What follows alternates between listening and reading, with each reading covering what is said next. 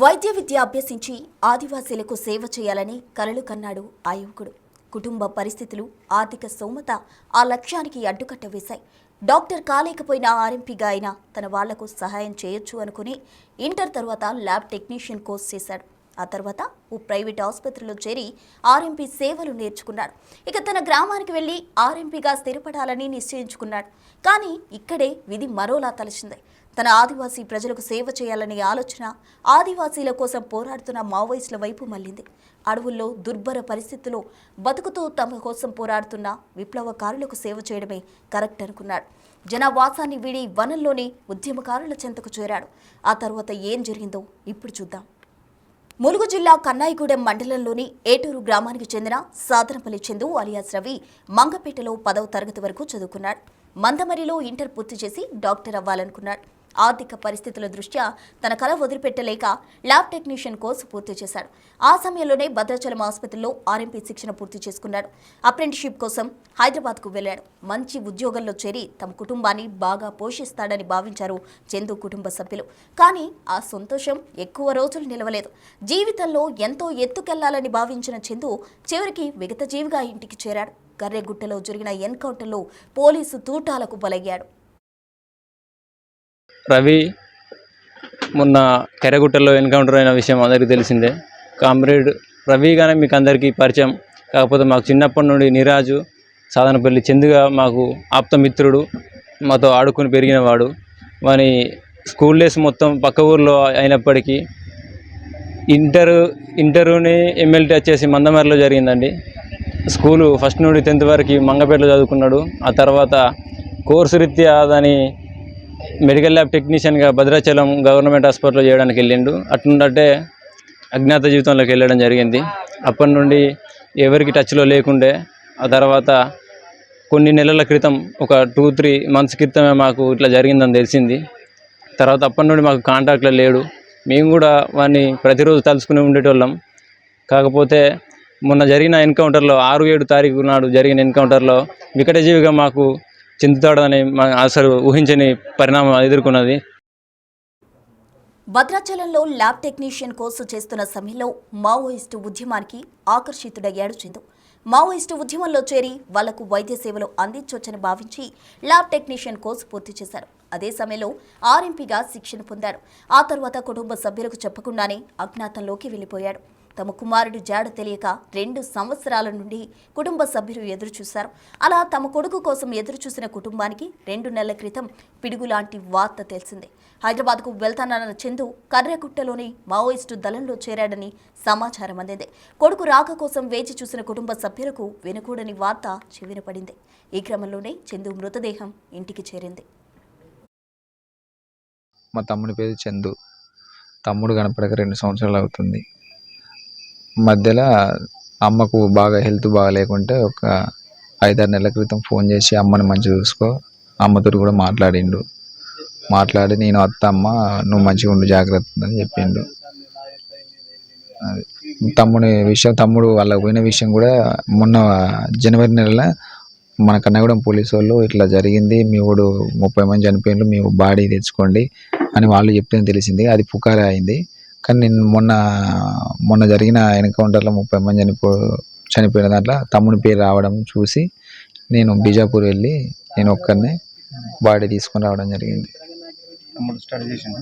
చదువుకున్నాడు. ఇంటర్ చదివిండు, ఎమ్మెల్టీ చేసిండు. తర్వాత ల్యాబ్ టెక్నీషియన్ చేసిండు. అప్రెంటిస్ కోసం భద్రాచలం హాస్పిటల్లో అప్రెంటిస్ కోర్సు చేసిండు. దాంతోపాటు ఆర్ఎంపీ, ఐ టెస్ట్, ఇవి ల్యాబ్ టెక్నీషియన్ అన్ని నేర్చుకున్నాడు. వర్క్ అక్కడ నుంచి హైదరాబాద్ వచ్చిండు. హైదరాబాద్లో కూడా 2 years ఉన్నాడు. అక్కడ నుంచి వెళ్ళిపోయిండు. ఏటూరు గ్రామానికి చెందిన చందు చిన్నప్పుడే తండ్రిని కోల్పోయాడు. చందుతో పాటు తన అన్న రాజును కూలి పనులు చేసుకుంటూ తల్లి పోషించింది. ఆమె కష్టాన్ని చూడలేక బంధువుల వద్ద ఉంటూ 10th ఇంటర్ పూర్తి చేశాడు చందు. భద్రాచలం ప్రభుత్వ ఆసుపత్రిలో ల్యాబ్ టెక్నీషియన్ కోర్సు పూర్తి చేసి మావోయిస్టు దళంలో చేరాడు. గెరిల్లా ఆర్మీ ప్లాటూన్ 1కు వైద్య సేవలు అందిస్తూ అజ్ఞాతంలో ఉండిపోయాడు. కంప్యూటర్ పరిజ్ఞానం కూడా ఉండడం చురుకైన వ్యక్తి కావడంతో అనతి కాలంలోనే దళ సభ్యుడిగా ఎదిగిపోయాడు. 5 నెలల క్రితం దళ సభ్యుడిగా బాధ్యతలు తీసుకున్నాక తన అన్నకు తల్లికి ఫోన్ చేసి మొదటిసారిగా మాట్లాడాడు. అమ్మను బాగా చూసుకోవాలని, త్వరలోనే ఇంటికి వస్తానని తన అన్న రాజుతో చెప్పాడు. అప్పటి నుండి అజ్ఞాతం వీడి పోలీసులకు లొంగిపోతాడని కుటుంబ సభ్యులు, బంధువులు భావించారు. కానీ చివరకు సాయుధ బలగాలు చేపట్టిన ఆపరేషన్ కర్రెగుట్టలో అమరుడయ్యాడు. ఈ నెల 7న ఎన్కౌంటర్లో మృతి చెందిన చందు మృతదేహం వారం రోజుల తర్వాత కుటుంబ సభ్యులకు అప్పజెప్పారు బీజాపూర్ పోలీసులు. ఈ క్రమంలోనే కుటుంబ సభ్యులు, స్నేహితులు, గ్రామస్తులు అశ్రు నయనాల మధ్య రవి అంత్యక్రియలు జరిగాయి. మా అన్నయ్య చనిపోయినాక మా దగ్గర కూడా చదివిండు కొన్ని రోజులు. ఇక అక్కడ మంచిర్యాల కాడ చదివిండు. ఆడ నుంచి భద్రాచలాన కొన్ని రోజులు ఉన్నాడు.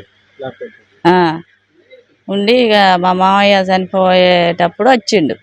వచ్చి చూసి ఆ నైటే 10 గంటల నైట్ పోయిండు. పోయి ఇక మళ్ళా అప్పటి కాడ నుంచి ఇక నేను హైదరాబాద్లో ఉంటానా అక్కడనే అన్నదే మాకు తెలుసు.